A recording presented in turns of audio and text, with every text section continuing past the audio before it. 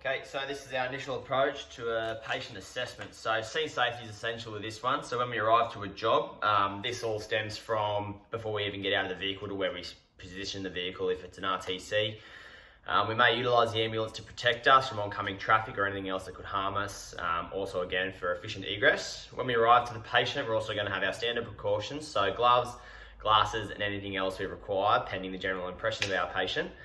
Also, we're going to allow for 360 access to the patient and efficient and effective egress back to the ambulance. So straight away arriving to the patient, I'm going to note any general impression of the patient. So the way that they're positioned, can I note any accessory muscle used for breathing, anything like that. So I'm going to introduce my patient. Hi there, my name's Reese, I'm from the ambulance service. What's happened today? An explosion? Oh, that's no good.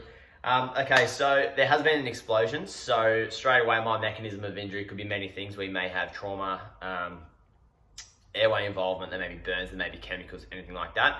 So straight away, looking at the patient, I'm going to begin with our catastrophic hemorrhage, and I don't see any catastrophic hemorrhage with the patient at all. So assessing the airway, the patient can talk to me, so I'm assuming that the airway is patent. But with the mechanism of injury of an explosion, I am going to visually assess the airway by opening the mouth and using a torch to see whether we may potentially have any shrapnel in the patient's airway. So, mate, I'm just going to need to take a quick look in your airway to make sure nothing's in there or anything like that. So if you could open your mouth for me.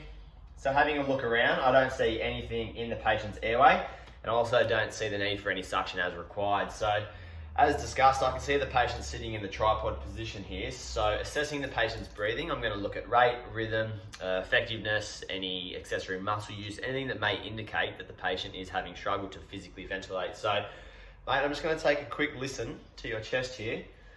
Just a quick listen of 4 lung fields.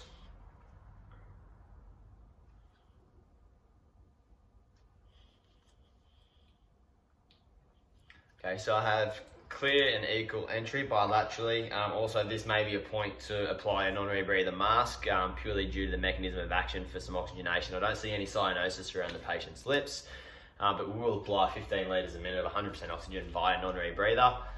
Apply that as goes. So I'm just going to have a check of the patient's radial pulse. Just going to place your hand there, mate. Have a check of the patient's radial pulse. Now I'm also looking for the rate.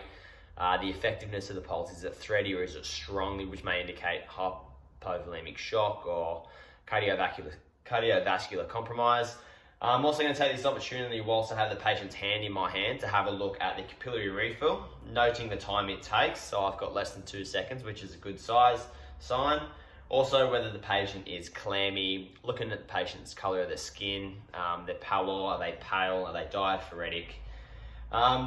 Now, this would be a great opportunity to also note my transport decision for the patient. Are we going to stay and play or are we going to load and go? Do we require any additional services to implement any, for example, advanced airway manoeuvres? Now I'm also going to head on to our disability aspect. Looking at the patient, throughout our A, Bs and Cs of our primary assessment, I've got a pretty good gauge on the patient's GCS. Eyes, verbal, motor skills. So the patient has a GCS of 15. Also going to take a look at the patient's pupils, seeing whether they're equal and reactive. Anything that may indicate intracranial hemorrhage or any traumatic brain injuries. Mate, can you just give my hands a quick squeeze for me, please? Just checking for equal strength. Again, supporting any potential for traumatic brain injury. I'm just going to get you to lift up against my hands here with your feet and pushing back down. Thank you. Due to the mechanism of action, being an explosion and potentially trauma, I'm going to expose the patient. We're going to maintain modesty as well and also be aware of our environmental factors. If it is cold, we're going to make sure we keep the patient warm. So, mate, I just need to cut your clothes off and just have a really good look at you to see whether there's anything sneakily hidden in your auxiliaries or your groin or anything like that, any wounds that I can't see. Is that okay with you? Mm-hmm. Yep, no worries. So we're going to cut all the patient's clothes off and have a really good look and make sure we maintain body temperature and patient modesty. We're now going to, whilst doing the primary assessment, my partner, would have been conducting vital signs, so we'd have a really good set of numbers to associate to what we've seen in our primary assessment. And we're also going to gain a sample history, which is signs and symptoms, allergies, medications, previous medical history, last meal eaten, and events leading up to the event.